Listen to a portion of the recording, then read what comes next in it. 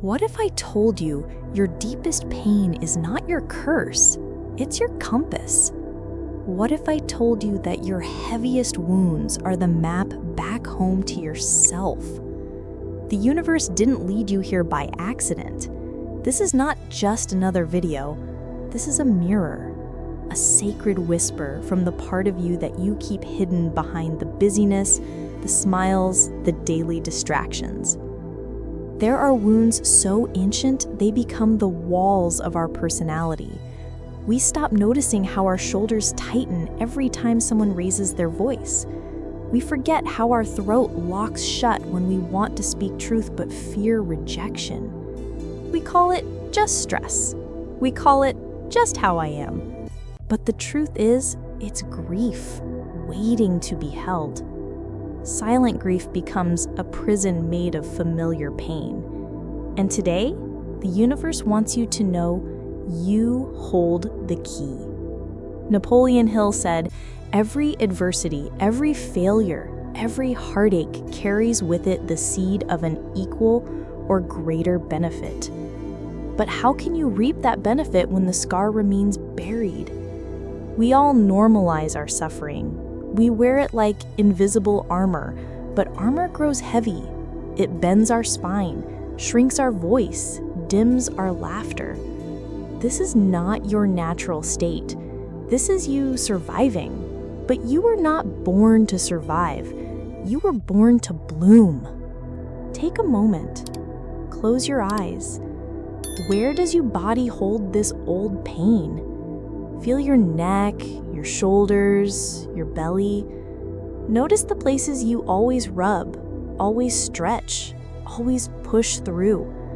This is your body's secret language. It's saying, "Beloved, I'm tired of holding what you refuse to feel." Neuroscience is poetry in disguise. It tells us the brain is plastic, malleable, alive. Every thought you repeat carves a groove, like a river carving a canyon. Betrayal, shame, the sting of abandonment. When you replay it in your mind, in your stories, in your conversations, you deepen the riverbed. It feels permanent. It feels like who you are, but it's not. Your brain doesn't know the difference between a memory and a moment happening now. So every time you relive the wound, you invite it back into the present. But the gift is this: if the mind can wire itself into pain, it can rewire itself into peace. This is not wishful thinking, it's biology. You are not stuck. You are just practiced at your suffering. Our culture fears grief. We hush our tears, apologize for sobbing, run to distractions. But look at ancient cultures. They gathered in circles, wept together under open skies, sang the sorrow out of their bones. They understood that grief isn't a poison, it's the purge. Unfelt pain turns to armor. Armor blocks love. Grief softens the shell so the soul can breathe. So what have you not grieved? A friendship that faded? A parent's harsh words? The dreams you buried because you thought they were too much? Your grief deserves a voice. Cry in the shower, scream into a pillow, journal with shaking hands. Let it out so you can let new life in. Think of your spirit as a wild garden. The hurts you cling to are dead branches. They steal sunlight and water from new blossoms. You don't prune because you hate the tree. You prune because you love what wants to grow. What dry branches can you cut today? A belief that you're unworthy. A habit of shrinking when you want to expand. A story that you're always too much or never enough. Every cut is an opening. The garden sighs in relief. New flowers reach for the sun the moment you clear the old. Now, beloved, try this tonight. Lie down, one hand on your heart, one hand on your belly. Inhale slowly for 4 counts. Feel your ribs expand. hold gently for 4. Feel your heart whisper, "It's safe now." Exhale for 6. Let the old pain flow out like stale air. Repeat 3 times, then whisper like a vow, "It's safe to feel. It's safe to heal." This is not magic. It's neurobiology and spirit in one. Your nervous system rewires, your garden wakes, your hidden scar becomes the fertile soil for your wildest flowers. You are not your wound. You are the hands that heal it. Tell me below, where does your soul ache to be touched by your own kindness tonight? Write it in the comments. Your words are seeds. Together, we bloom. There is a moment in every woman's life when she stands in front of the invisible mirror and finally asks, "What if I stopped betraying myself?" The moment you choose yourself, truly, unapologetically, the universe shifts. Your old loyalties tremble. Your hidden guilt tries to pull you back. But your soul knows this is the threshold you came here to cross. For so long, you learned to twist yourself into someone else's idea of love. You said yes when every cell in your body begged you to say no. You smiled when you wanted to roar. You gave, and wondered why you felt so empty. From the time you were small, you were taught that being good means being small. A good daughter stays quiet. A good partner sacrifices. A good woman never takes up too much space. This is the hidden loyalty that drains your soul. The one that says, if I abandon myself, they will stay. If I betray my truth, they will love me. But betrayal of the self is the deepest wound of all. No one wins when you shrink. No one blossoms in the shadow of your silence. Louis Hay said, "You have been criticizing yourself for years, and it hasn't worked. Try approving of yourself and see what happens."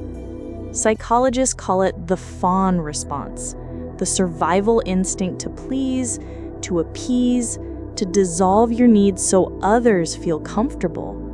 It's an ancient reflex, born when you first felt unsafe to be fully you. You thought, if I make myself smaller, maybe I won't be hurt. And so you disappeared behind polite smiles and overgiving. But guilt became the chain. Guilt whispers, "Who do you think you are to say no, to choose yourself?" But hear this truth, guilt is not your conscience. It's the echo of old conditioning. And when you break the cycle, you break it for generations to come. When you choose yourself, really choose, you don't just change your life. You heal your mother's silenced voice. You free your grandmother's dreams that never bloomed. You light the path for your children, for your sisters, for every woman watching you stand tall. Imagine each boundary you set, each no you speak, each tear you allow to flow, it's an offering to your lineage, a new story etched into your bloodline. We do not abandon ourselves anymore. Joe Dispenza reminds us, when you change, everything around you changes. This is not just mindset, it's a shift in your entire energetic signature. Picture yourself as a torchbearer.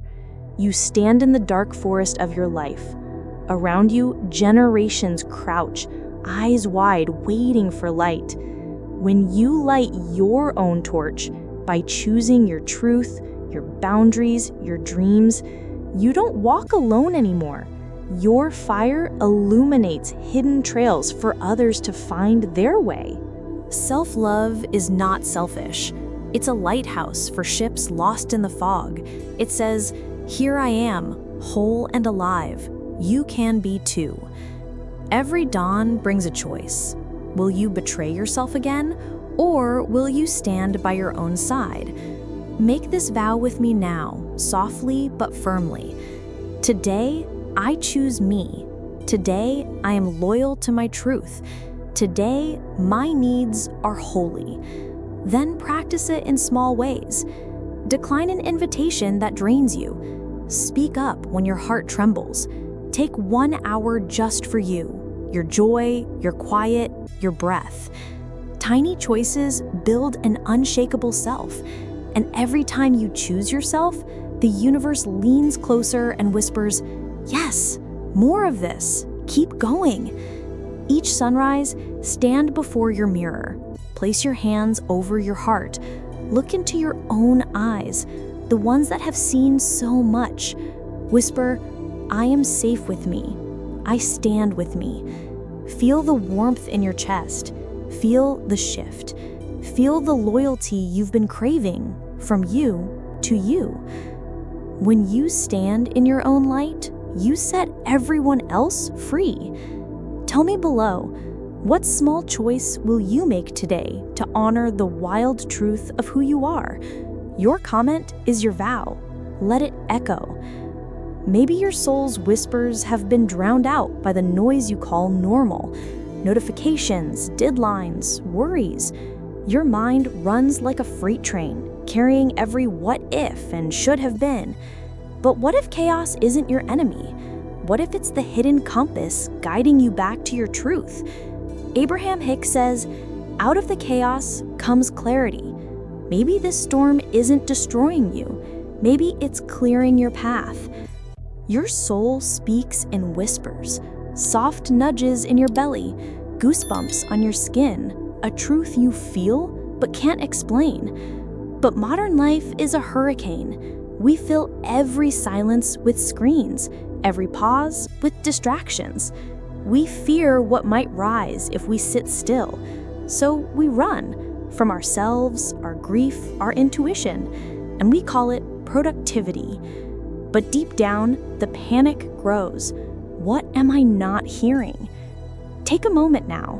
Listen for the thing you keep silencing with busyness. It's still there. It's patient. It will wait for you forever. Science reveals what mystics always knew. Chaos is not random. Look closer at the storm. You'll find fractal patterns, secret blueprints, sacred geometry hidden in the disarray. Your life works the same way. The heartbreak, the loss, the unexpected detour, all compost for clarity.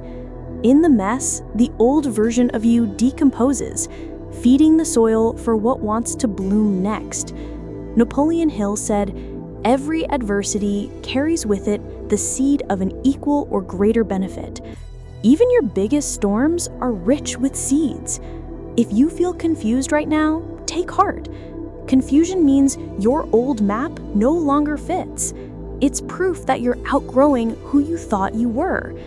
The caterpillar doesn't become a butterfly by improving the caterpillar version of itself. It melts. It unlearns everything about crawling so it can remember how to fly. So don't rush to fix the confusion. Sit inside it. Ask, if my old map is gone, what new land is waiting to be drawn? Picture a forest fire. To the eye, it looks like destruction. But look again. Fires clear dead brush, open space for new growth, release seeds that only sprout through heat. Your chaos does the same thing. It burns away what no longer serves you. It forces you to let go of rotting branches, outdated beliefs, toxic attachments, stale routines. When the storm comes, don't cling to what it wants to take. Open your arms. Say, take what needs to go. Leave only what is true. Chaos never comes empty-handed. There is always a message hidden inside the noise. Next time your world feels like a hurricane, pause. Take out a notebook. Write at the top, what is life clearing out of my way right now? Set a timer for 5 minutes. Let your pen move. No filters, no edits, no judgments. You'll be surprised by what your soul knows when you finally hush the noise. When overwhelm strikes, try this. Sit quietly, close your eyes. Imagine your chaos as a swirling storm around you, wind, rain, thunder. Now picture a tiny clear space at the center, the eye of the storm. Breathe into that eye. Feel its calm expand in your chest. Say softly, "Clarity lives here. I am safe in the center." You don't have to stop the storm. You only need to find your center. Chaos clears what clarity needs to grow. Tell me below, what old branch is your storm asking you to release? Your words help others find calm in their mess too. There is a sacred dream inside you that never truly died. Maybe it went quiet.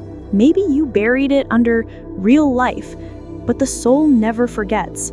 It waits for the day you grow still enough, brave enough, to ask, "What did I come here to do?"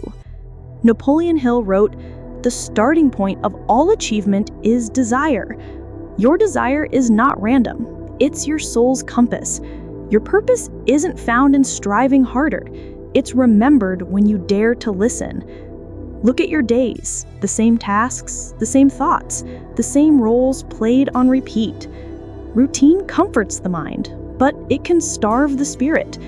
When you stop feeding your wonder, your fire dims, and then you wake one day feeling numb, alive but not truly living. You are not lazy. You are not lost. You are simply underfed. Your soul needs a spark, a taste of the unknown, a reminder that you are more than your schedule. So ask, what did I love before the world told me to be realistic? Let that question crack the numbness. Did you know that unfulfilled dreams drain your energy just like an open wound? Neuroscience shows the brain craves novelty, curiosity, expansion. When you keep your secret desires locked away, they don't vanish. They fester. They whisper at night, tug at your gut when you see others living what you've buried. Joe Dispenza says, your personality creates your personal reality. If you keep living as the version of you who hides your dreams, you keep creating the same reality. You don't need to blow up your life overnight. You just need to let a tiny spark breathe. Purpose doesn't always crash in like a lightning bolt. It peeks in through cracks. A quiet interest, a hobby you forgot, a conversation that lights you up. These are the breadcrumbs. Follow them. Clarissa Pinkolasty says, a woman must claim her wild soul. Your wild soul speaks in tiny nudges. Try that class. Pick up that paintbrush. Write that messy poem. Dance alone in your kitchen. Tiny sparks grow big fires when you stop ignoring them. Imagine an oak tree. It begins invisible, a small seed cracking open under dark soil. No one sees the roots forming. No one applauds the tiny sprout pushing through dirt. But each drop of water, each ray of sun, each moment of care, they add up. Your sleeping purpose is that seed. Every brave yes, every curious step, every risk to be a beginner, that is you watering your calling. Trust the slow bloom. You are growing a forest, not a flower. Tonight, try this. Before sleep, sit quietly. Ask yourself, what did I love as a child? Let the images come. Drawing, music, animals, stories, movement. Picture yourself doing it now, in the life you have. Feel the joy, the freedom, the spark in your chest. Whisper, show me what I'm ready to remember. Let your dreams carry the rest. Your subconscious will sow the seeds while you rest. This week, choose one tiny spark, a 10-minute doodle, a 5-minute dance, a single page written before dawn. Treat it like holy soil. Protect it from your inner critic, that voice that says you're too old, too late, too busy. Your spark doesn't have to pay bills or impress anyone. It only has to remind you, I am alive. I am becoming. Your purpose is not lost. It is waiting to be remembered. Tell me below, What secret spark are you ready to water this week? Your comment is your vow. Let your roots grow deep. You did not come this far to abandon yourself now. You did not peel away old scars, grieve your hidden wounds, choose yourself in trembling courage, burn your old stories, sit with your sacred void, trust your storms, and awaken your sleeping purpose, just to slip quietly back into the version of you who forgot her own magic? This is your integration. This is the place where all your fragments sit together by the sacred fire, not as broken pieces, but as parts of a powerful whole. Joe Dispenza says, "Your personality creates your personal reality." And today, you stand on the edge of a new one, a self that no longer fears her depths, a spirit that remembers, "I am not here by accident. The universe led me here for a reason." You know now that your wounds are invitations, not punishments. You know your brain is a garden, alive and ready to grow new pathways of peace. You know grief is a holy wash, not an enemy to be silenced. You know your truth is your torch. When you light it, you free generations behind you. You know old stories can be burned, rewritten, released. You know stillness is your cocoon, your wings waiting in the darkness. You know storms clear dead branches so the forest of your life can breathe. You know your sleeping purpose is not dead, just waiting for your gentle touch to awaken. You hold every tool now, your rituals, your whispers, your breath. They are your sacred medicine. How many more years will you apologize for wanting to be whole? How many more days will you tell yourself it's too late to become who you were always meant to be? Neville Goddard said, "Assume the feeling of your wish fulfilled." This means live today as if your healing is already true.